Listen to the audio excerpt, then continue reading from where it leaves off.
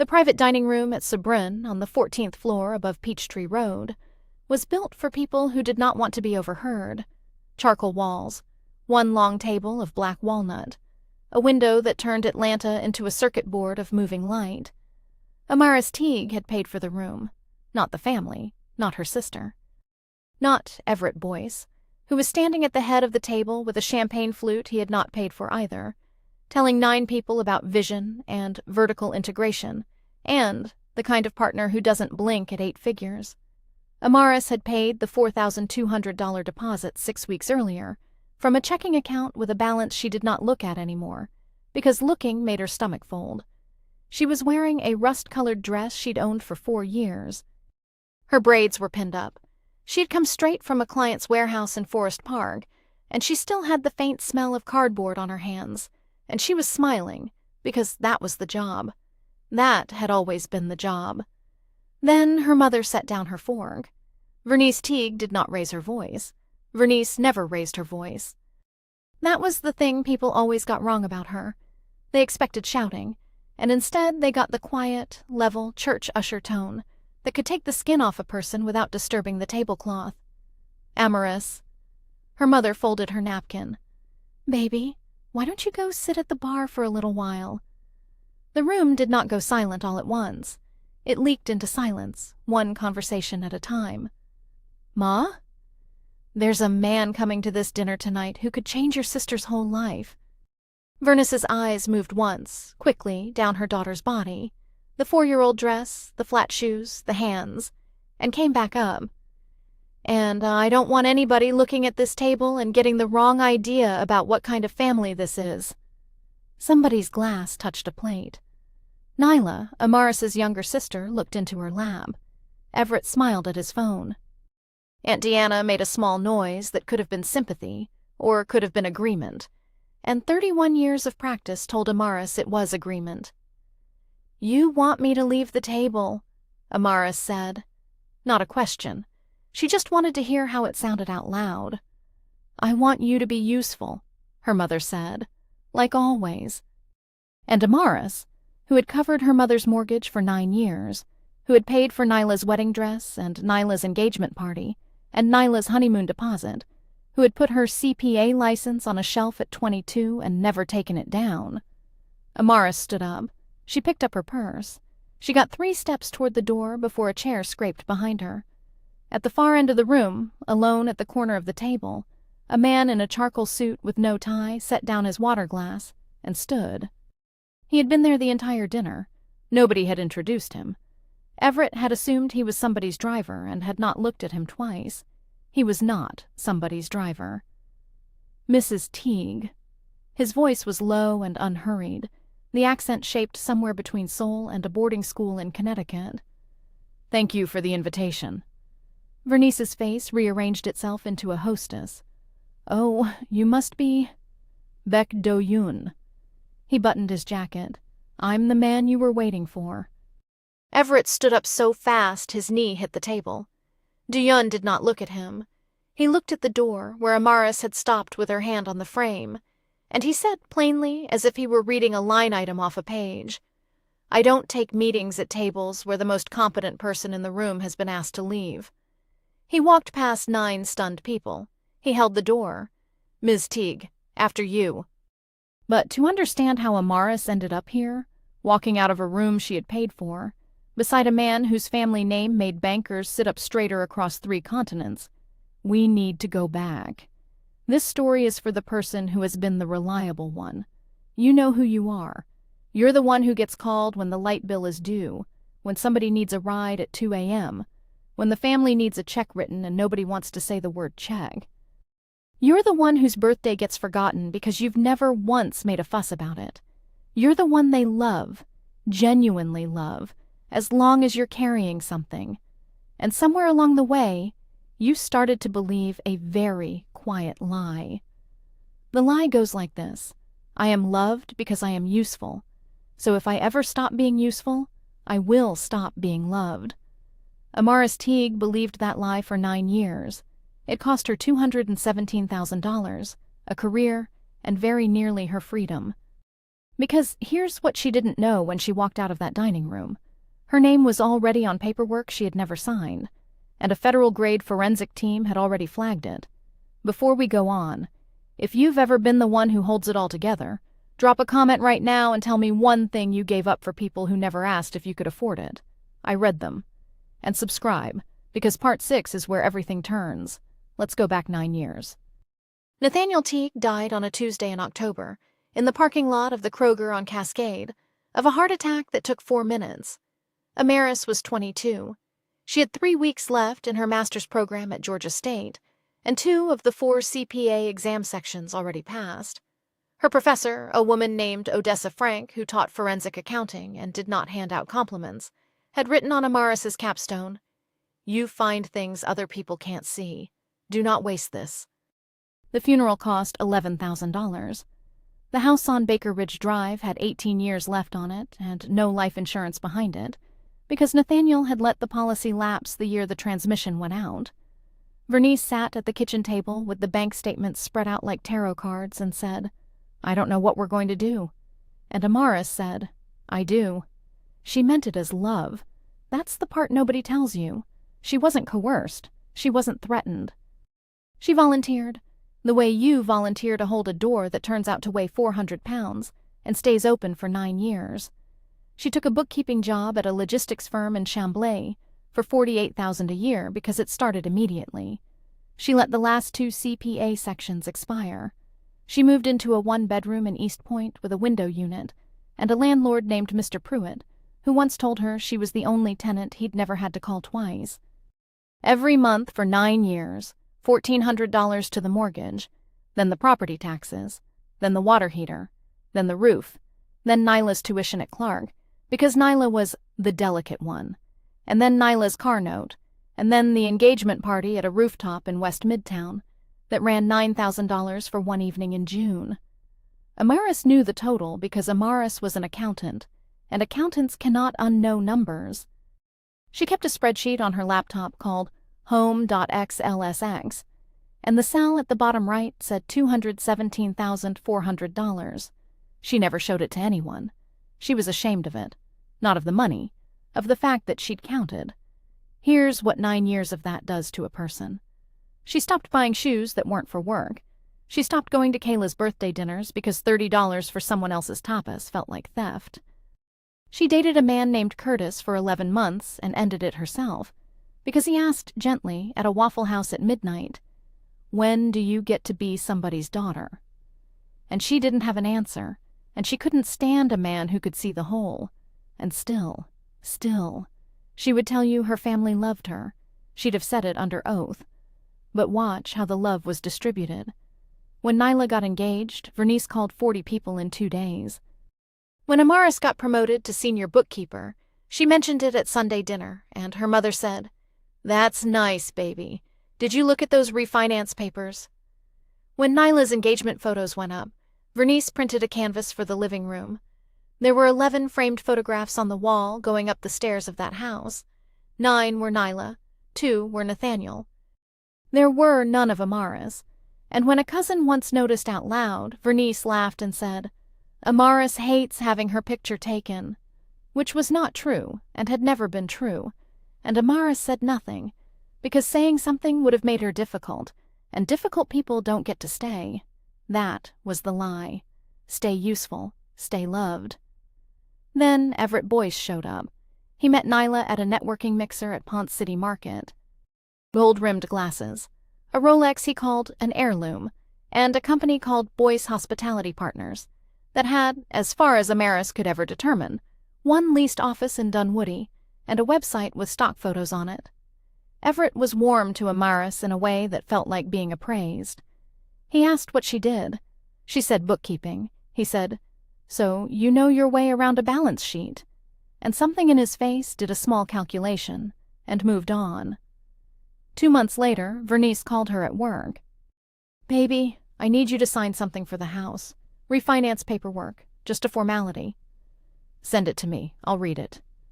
"It's 40 pages, Amaris. Everett's got a guy. I'll just sign your part. You're on the deed anyway." She was not on the deed. She had never been on the deed. She had paid $101,000 into a house that was not hers, and she had never once asked to be added, because asking would have looked like she was keeping score. "Okay," she said. "Just tell me what it's for." "Family business," her mother said. "You worry too much." That phone call was on a Thursday in February. Amaris hung up, went back to a reconciliation report, and forgot about it. She would remember it, in perfect and terrible detail, 11 months later, in a conference room, with a man's finger resting on a signature that had her name on it, and not one letter of her handwriting. The elevator at Sobrun went down 14 floors in silence. Amaris kept her eyes on the number panel. Her hands were shaking, and she hated that they were shaking, and she pressed them flat against her thighs. "You didn't have to do that," she said. "I know. They needed that meeting. My sister—" "Your sister's fiancé needed that meeting." Baek Do-yoon watched the numbers too. "You needed a ride home." He was maybe 38, close-cut hair going early gray at one temple, a face that gave you nothing for free. Under the cuff of his left sleeve, when he reached for the door, there was a scar that ran from the base of his thumb up under the fabric, old, wide, badly stitched a long time ago, by someone who was not a surgeon. Outside, a black Genesis idled at the curb. A driver got out. Do-yoon waved him off and opened the passenger door himself. "I don't get in cars with strangers," Amaris said. "Good." He held the door anyway. "Then let me stop being one. Namsan Provisions." She stopped. Namsan Provisions was a banchan and specialty import supplier off Buford Highway, 40 employees, family-run. Amaris had done a contract cleanup of their books 3 years ago as a side job, weekends, for $6,000. It had taken her 9 weekends, and in week 7 she had found something: 11 invoices from a vendor that did not exist, $240,000, moved out in 18 months, dressed up as packaging costs. She had written a memo. She had handed it to the owner, an old man named Mr. An, who had cried in his own break room. Then she had cashed her check and gone back to Chambly and never mentioned it again to anyone. "How do you know about that?" she said. "Because Namsan is a supplier to 12 restaurant groups in this city." Do-yoon leaned against the car. "And in March, my family's investment arm put money into one of them. And when we do diligence, we read everything, including a 3-year-old memo written by a bookkeeper who had no legal obligation to write it, and no upside for writing it, and who found in 9 weekends what a regional audit firm missed in 2 years. Amaris said nothing. "I've read your memo 4 times, he said. "It's the best thing I've read all year. I came to that dinner tonight because I wanted to meet the man who's asking my fund for $11 million. I stayed because I recognized your name on the reservation." "You could have said something." "I was going to. Then your mother spoke." Amaris got in the car. They drove south past the lit-up ribs of the connector. He didn't fill the silence, which she appreciated more than she wanted to. "So who are you?" she finally said. "Because Everett's been calling you the Korean money for 6 weeks, and I don't think he knows a thing about you." "He doesn't." Do-yoon watched the road. "My grandfather came to Busan with nothing after the war, and built a shipping company. My father grew it. Some of what my grandfather built, he built in rooms that didn't have lawyers in them. There are men in Seoul and in Duluth who still call my family by a name I don't use in public. Hansel Anchor is what it is now. 15 years ago, it was something else, and I'm the one who's been spending my life dragging it across the line." He said it without drama, the way you'd disclose a pre-existing condition. "Why tell me that?" "Because you're going to find out anyway," he said, "and I would rather you find out from me than from a file." He pulled up outside her building in East Point. The porch light was out. It had been out for a month. "Ms. Teague." He handed her a card. No logo, no title, 1 phone number. "Boyce Hospitality Partners has borrowed money in 8 places. My analysts pulled the filings this afternoon." "There's a loan document I'd like you to look at." "Why me?" "Because your name is on it." The card was still in her hand when the car pulled away. She didn't sleep. At 6:40 the next morning, she pulled her credit report. All 3 bureaus, the free one, the one she hadn't checked in 4 years because she'd never had a reason. She read it standing up in her kitchen with the window unit rattling behind her. Commercial term loan, Peach State Merchant Capital, $265,000. Guarantor, Amaris N. Teague, 3 revolving accounts. Combined balance, $47,000. Opened over 14 months. 2 of them 90 days past due. $312,000 of debt with her name on it, and she had never held a pen over a single page of it. She sat down on the kitchen floor. The refinance paperwork. Everett's got a guy. I'll just sign your part. Her mother's voice on a Thursday in February, so casual it was almost bored. That afternoon, she met Do-Yun at a conference room in a building on West Paces Ferry with no company name on the door. There was a woman there already, 60-ish, silver locks, reading glasses pushed up on her head, and Amaris's stomach dropped because she knew that face. Professor Frank. Odessa. I retired from teaching. I didn't retire. Odessa Frank slid a folder across the table. Sit down, baby. This is going to be ugly. The loan file was 41 pages. On page 33 was a personal guarantee. Amaris's full legal name, typed. A signature under it in a looping hand with a fat, confident A. Amaris's real signature was small and slanted, and she'd never once looped the A in her life. That's not mine. I know, Odessa said. But here's what you need to understand, and I need you to hear all of it before you react. Peach State doesn't know that. To them, you're a guarantor in default on $265,000. That's the first problem. What's the second? Do-Yun turned a laptop around. Boyce Hospitality moved $2.3 million through 4 entities in 19 months. One of those entities invoiced Namsen Provisions. He let that sit. The same fake vendor from your memo. Everett Boyce didn't just borrow against your name. He used the fraud you documented as a template. The room went very quiet. Which means, Odessa said gently, when the receiver walks this back, and they will, they're already walking it back, they find a woman who wrote a forensic memo identifying exactly this scheme, and then appears as a guarantor on the loan that funded it, Amaris. From the outside, that doesn't look like a victim. That looks like the person who designed it. Amaris heard a sound and realized it was her own breath. How long, she said, before somebody comes for me? The receiver's referral goes to the U.S. Attorney's Office. My guess? Odessa looked at her over the glasses. 90 days, maybe 60. And my mother... Amaris stopped, started again. My mother's name. Is my mother on any of this? Do-Yun scrolled, turned the screen back around. Page 19. A notarized authorization. 2 signatures. Everett Boyce. And beneath it, in handwriting, Amaris had known since she was 4 years old. Handwriting from permission slips and birthday cards, and the inside cover of a Bible she still owned. Vernice L. Teague. Not forged, not traced, witnessed, dated, notarized on a Thursday in February. Her mother had been in the room. Amaris didn't cry in that conference room. She would later in her car in a parking deck for 26 minutes with the engine off. But not there. There, she asked one question. What do you want from me? Do-Yun closed the laptop. That's the right question, and most people don't ask it until it's too late. So let me answer it exactly. My fund is out $400,000 in a bridge position to one of Boyce's entities. I want it back. And more than that, I want the trail.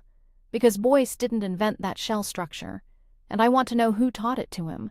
You are the only person alive who has read both sets of books. So you want to hire me? No. He shook his head once. If I hire you, you're my employee, and every finding you produce gets discounted as bought.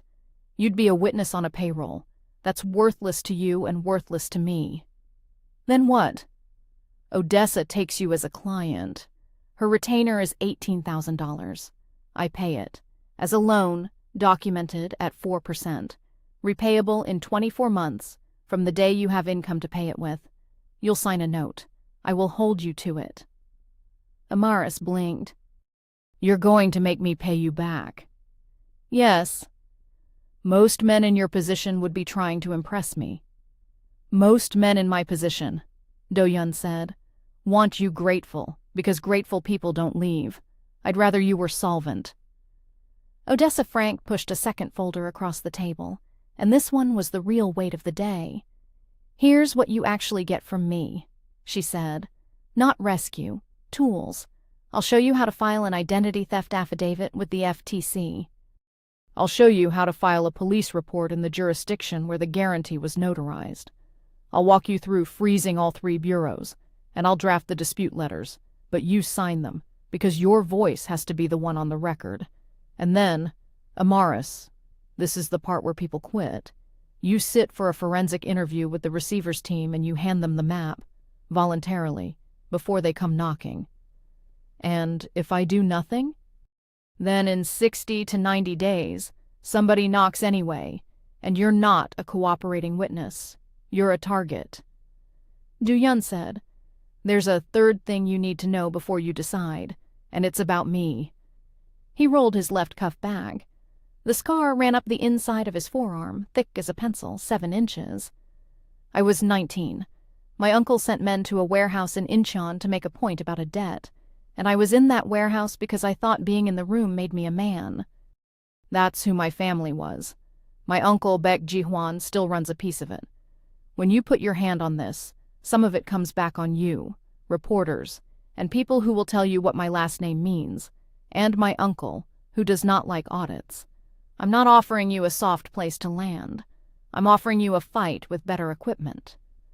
Amaris looked at the 2 folders, then at the scar, then at him.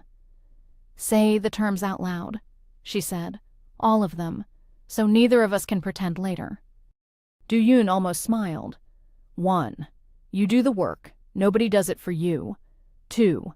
Every finding goes to Odessa first and to the receiver second, including anything that hurts me, including anything with my uncle's name on it. You don't protect me. If you protect me, you're worthless. 3. The note is real. You owe me $18,000. 4. He paused. 4? 4. If at any point you want out, you walk, and the note is forgiven, and I don't call you again. I need you to know the door is unlocked. Otherwise, you'll never trust anything you choose in this room." Amaris sat with that longer than was comfortable. 9 years, $217,000, 11 photographs on a staircase, and not one of them her face. "I want you to be useful, like always." She thought about the word useful until it stopped meaning anything. "There's a 5th term," she said. "Mine." "Go ahead." "When this is done, if it goes right, I'm not working for you. Not as a favor, not as a thank you, not as a soft landing. I'll build my own thing or I won't have one." Do-Yun extended his hand across the table. "Ms. Teague," he said, "that's the first thing anyone said to me this year that I actually respect." She shook it. Then she picked up the pen and signed her own name, small, slanted, no loop on the A, on the first document in 9 years that was entirely her decision. She had 11 days before her mother found out. And when Vernice Teague found out, she did not call Amaris. She called the pastor. The FTC affidavit took 40 minutes.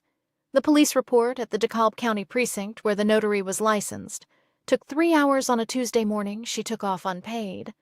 The clerk asked, "Relationship to the suspect?"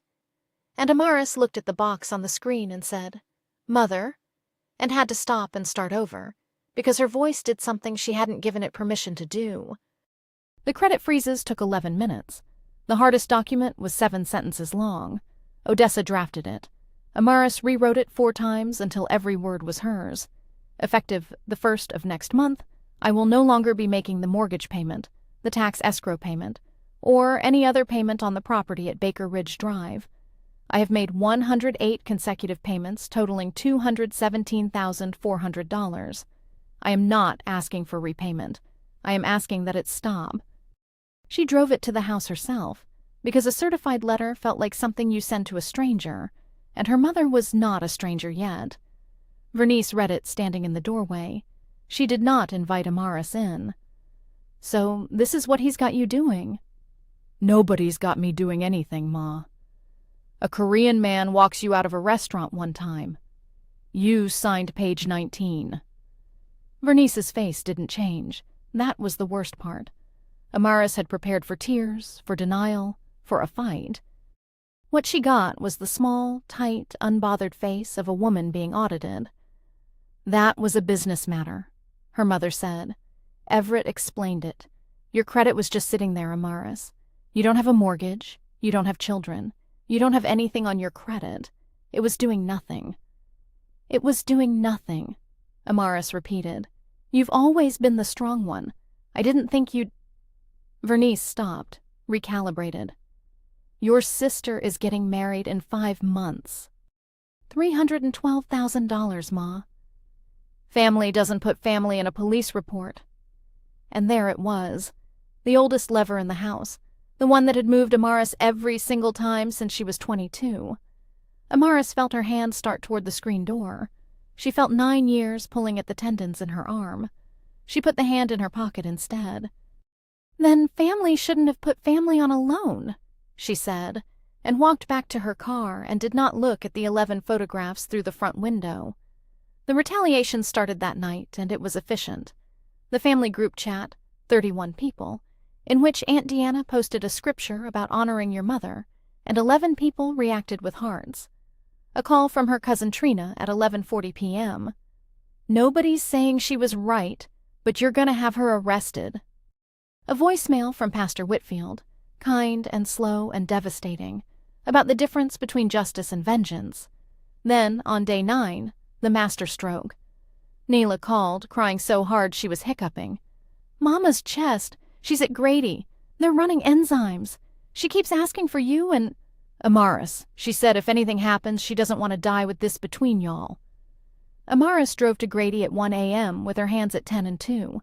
Her mother was in a hallway bed, sitting up on her phone. The attending said the word anxiety, and the words, "Everything looks good," and Vernice waved the doctor away like a waiter. "Sit down, baby," she said, patting the blanket. "Now, about this letter." Amaris stood in that hallway under the fluorescent light and understood something so completely that it rearranged her. Her mother was not going to change. Not tomorrow, not in 5 years, not on a deathbed. There was no version of this where Amaris was good enough, quiet enough, generous enough to earn a different mother. There was only the woman in the bed, and the woman standing next to it, and one of them had to be the one who stopped. "I'm glad you're okay," Amaris said. "I'm not withdrawing the report." She kissed her mother's forehead and left, and she cried in the parking deck for the 2nd time in 3 weeks, and then she drove home and worked until 4 a.m. Quick pause. If you've ever had to walk out of a hospital room, or a kitchen, or a church parking lot, and hold a boundary while everybody you love calls you cold for it, comment, "I held it" below. I want to see how many of us there are. And if this story is hitting somewhere real, subscribe, because Part 8 is the conference room. Because on day 31, the Receivers Council sent Odessa Frank a 1-line email. "We'd like to depose Ms. Teague. She'll want to bring everything." The deposition ran 2 days. Amaris brought a rolling case with 410 pages in it, indexed with colored tabs, cross-referenced to a spreadsheet she had built over 19 nights at her kitchen table. She wore a navy suit Odessa took her to buy at an outlet in Dawsonville, and she did not touch the water they gave her because her hands were still not entirely her own. Then the receiver's lead counsel asked his first question, and something in Amaris switched over. Because this was the thing she was actually for, she walked them through it. The 11 fake invoices from Namsan, 3 years old, the 4 entities, the 19-month timeline, the $2.3 million. She showed them how the fake vendor's bank account had been opened 8 days after Everett Boyce's first meeting with Mr. On's nephew. She showed them the $265,000 term loan and the disbursement, 11 days later, into an entity that had no employees and 1 client. At 3:15 on the 2nd afternoon, counsel put page 33 on the screen, the guarantee, 10 feet wide. "Ms. Teague, is that your signature?" "No, sir." "How can you be certain?" Amaris took the pen from the table. She wrote her name on a legal pad, and the videographer zoomed, and there it was, side by side on the monitor, the small slanted letters against the fat looping A. "Because I've never signed my name that way in my life," she said, "and whoever did it never bothered to look."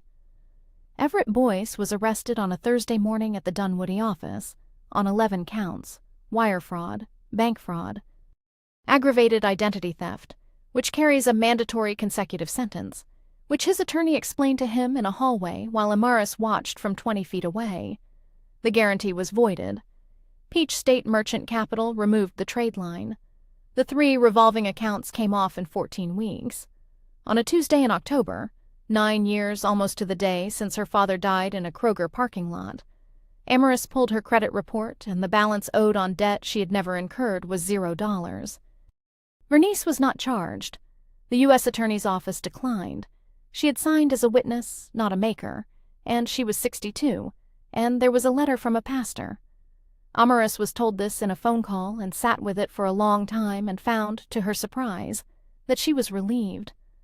But there was a civil restitution hearing in December, and Vernice was named in it, and she had to sit in a courtroom on Ted Turner Drive and watch page 19 go up on a screen. Afterward, in the marble corridor, her mother came to her.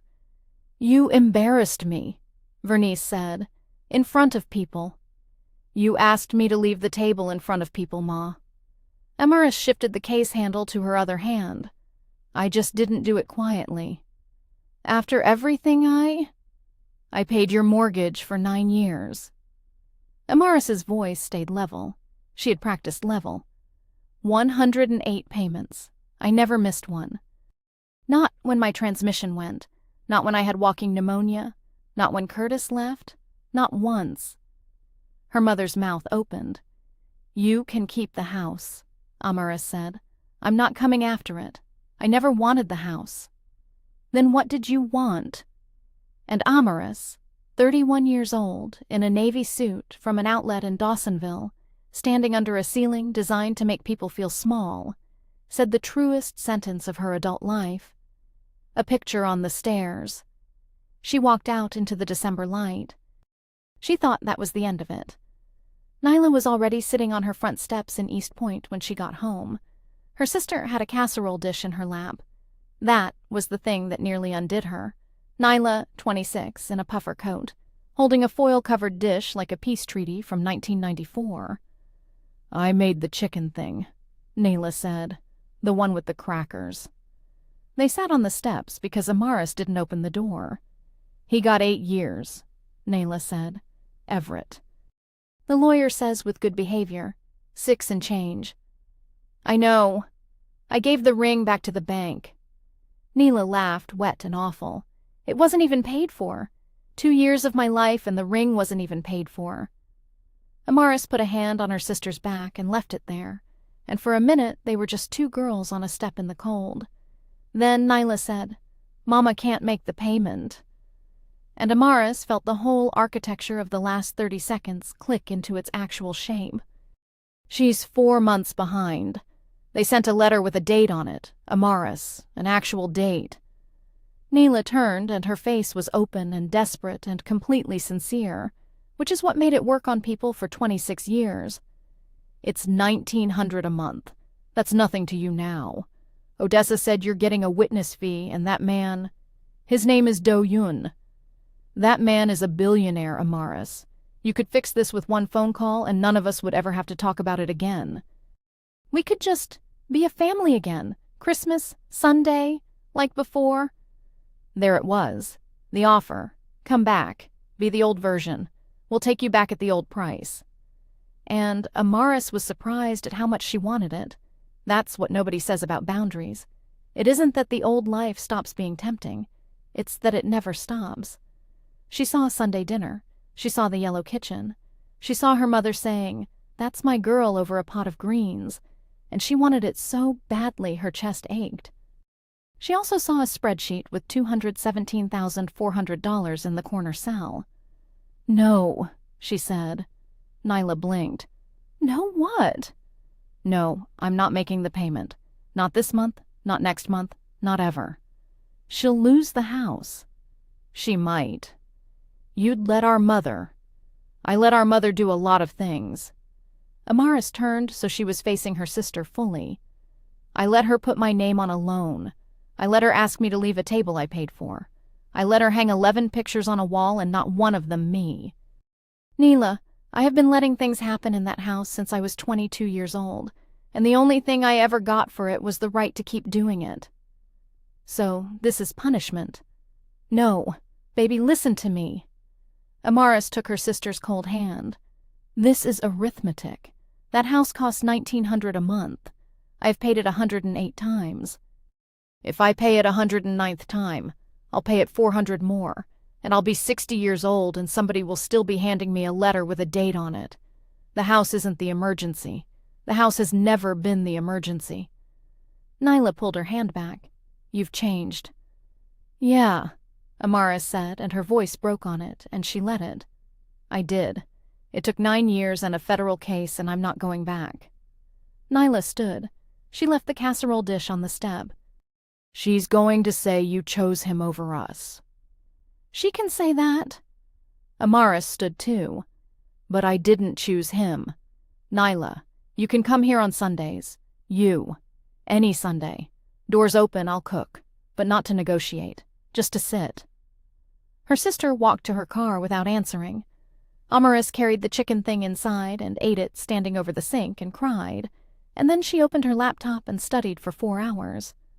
Because there was one thing left she had been carrying since she was 22, and it had nothing to do with any of them. 2 exam sections, 9 years expired. She had to start over from 0. She studied at 5 a.m. before work and from 8 p.m. to midnight after. She studied at a Waffle House on Moreland, because the noise kept her awake. She failed regulation the first time by 4 points, sat in her car for 10 minutes, and registered for the next window before she'd stopped shaking. She passed on the second attempt. Then she passed the last one in March, and the score came at 6:04 a.m. on a Tuesday, and she made a sound in her apartment loud enough that Mr. Pruitt knocked to ask if she was okay. She was a certified public accountant at 32 years old. Here's the part she's proudest of, and it isn't the license.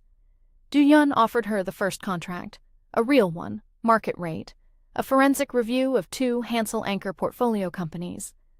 It was worth $94,000. She turned it down. I told you in that conference room, she said. Not my first one. I'll take your second. He was quiet on the phone for a beat. That's going to cost you a year. Probably. Good, he said, and she could hear that he meant it. Her first client came from Mr. An at Namsen Provisions, who told his brother-in-law, who owned 3 dry cleaners and suspected his manager. Fee, $4,000. She found $61,000 missing in 11 days. The second came from a church in Decatur with a treasurer nobody wanted to accuse. The third from a nonprofit. The fourth from a construction supply company in Marietta with 200 employees. And that one was $31,000, and it changed everything. She named the firm Teague Forensic because she wanted her father's name on a door. Year 1 revenue, $148,000. Year 2, she brought on a part-time analyst named Rochelle and cleared $280,000. In August of that second year, she wired Do-Yun $18,000 plus $1,187 in accrued interest, and he sent back a photograph of the signed note with paid in full, written across it in his handwriting, and nothing else. And she looked at that picture for a long time. She bought a 2-bedroom condo in Kirkwood with a fig tree in the courtyard. She closed on a Friday. She sat on the floor of the empty living room, eating lo mein out of the container. And then she did the thing she'd been planning for 11 months. She hung one photograph in the stairwell. Her father, 1998, in the Kroger uniform, laughing at something outside the frame. And beneath it, one of herself, taken by Rochelle on the day the license came in the mail, holding it up, mouth open, caught mid-shout. 2 pictures on the stairs, both of them hers.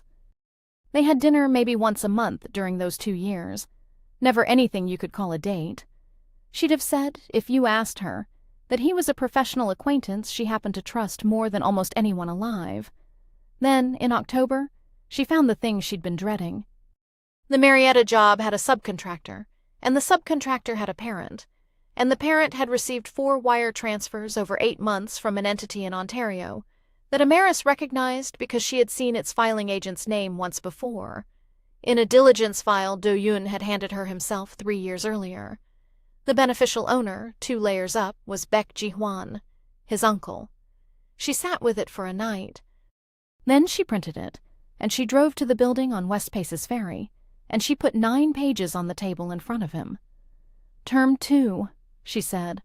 "Everything goes to Odessa first, and the receiver second, including anything that hurts you." He read all 9 pages without speaking. When he got to the last one, he set it down very carefully, like it might go off. "How much?" 1.1 million, across the 8 months I can see. There's probably more upstream. I can't reach it from where I'm standing. Do-yoon stood and walked to the window, and for the first time in 3 years, Amaris watched him be a person instead of a position. "He carried me at my father's funeral," he said. "Physically carried me. I was 24 and I couldn't stand up, and he put his arm under mine and walked me down the aisle." He rubbed the scar on his left forearm without seeming to notice he was doing it. "And he's the reason this is on my arm. Both things are true." "That's what nobody tells you about the people who raised you. The bill and the receipt come in the same envelope." "I know," Amaris said. "Believe me." He laughed once, short and surprised. "Yeah, I suppose you do." "You could bury it," she said. "You'd have to fire me, but you could bury it." "Is that a test?" "No, it's a real option, and I'm not going to pretend it isn't. You told me the door was unlocked. I'm telling you the same thing." Do-yoon turned around. "Send it," he said. "All 9 pages. And Amaris, put your name on it, not Odessa's, yours. If this ends up in front of a judge in Seoul, I want the signature at the bottom to belong to somebody nobody can buy." It took 14 months. It cost him his board seat briefly, and a piece of his family that will not come back. On the day the Financial Supervisory Service published its finding, he called her at 11 p.m. Atlanta time and said nothing for 8 seconds. "You still there?" she said. "I don't have anyone else to call," he said. "That's not a line. It's an inventory." "I know exactly what it is." She sat down on her floor with her back against the fig tree window. "Do-yoon, Sunday, my place. I'm making my sister's chicken thing with the crackers, and it's terrible, and you're going to eat it." A pause. "Is this a date?" "It's a Sunday," she said. "We'll find out." He came. He brought a bottle of wine that cost more than her first client had paid her, and she made him drink it out of a jelly jar. Nyla came too. She'd been coming most Sundays for a year by then. No negotiating, just sitting. She and Do-yoon argued about a Braves trade for 40 minutes. Nobody rescued anybody at that table. That was the whole point. Amaris Teague is 34 now. Teague Forensic has 4 employees and a wall of windows in a building on Memorial Drive. She teaches one-night class a semester at Georgia State, in the same room where Odessa Frank once wrote, "Do not waste this on a capstone paper." She keeps that paper in her desk. Her mother has never apologized. Vernice sold the house on Baker Ridge Drive 2 years ago and moved into a 2-bedroom in Riverdale, and she and Amaris speak on birthdays, briefly, politely, like colleagues from a company that no longer exists. Some doors don't reopen. Amaris made her peace with that, and if you're waiting for the apology to arrive before you let yourself heal, please hear this. You may be waiting for a bus that was canceled before you were born. Nyla comes on Sundays. She's in nursing school. She pays her own tuition. And Do-yoon is there most weeks too, in the kitchen, badly chopping scallions, arguing about baseball, paying his own way through a life he chose instead of inherited. They're partners, not rescuer and rescued. 2 people who each walked out of a room where their name meant obligation, and found each other on the other side of it. Here's the thing about that dinner at Sobran, 14 floors above Peachtree. Her mother asked her to leave the table because she thought Amaris was the least valuable person in that room. And she was wrong about that in every possible way. But she was also, accidentally, completely right about one thing. Amaris did need to leave that table. just not the way Vernice meant. So, let me ask you, straight up, whose table are you still sitting at, waiting to be worth something to people who set your place at the end on purpose? Drop it in the comments. One sentence. And if this story moved you, share it with the person in your life who's been the reliable one, the one who never asks for anything, the one who's been carrying a door for 9 years. They need to hear it more than you do. Subscribe, because next week I'm telling you about a woman who found out at her own retirement party, who had really built her career. Amaris didn't get a fairy tale ending. She got something better. She got herself back.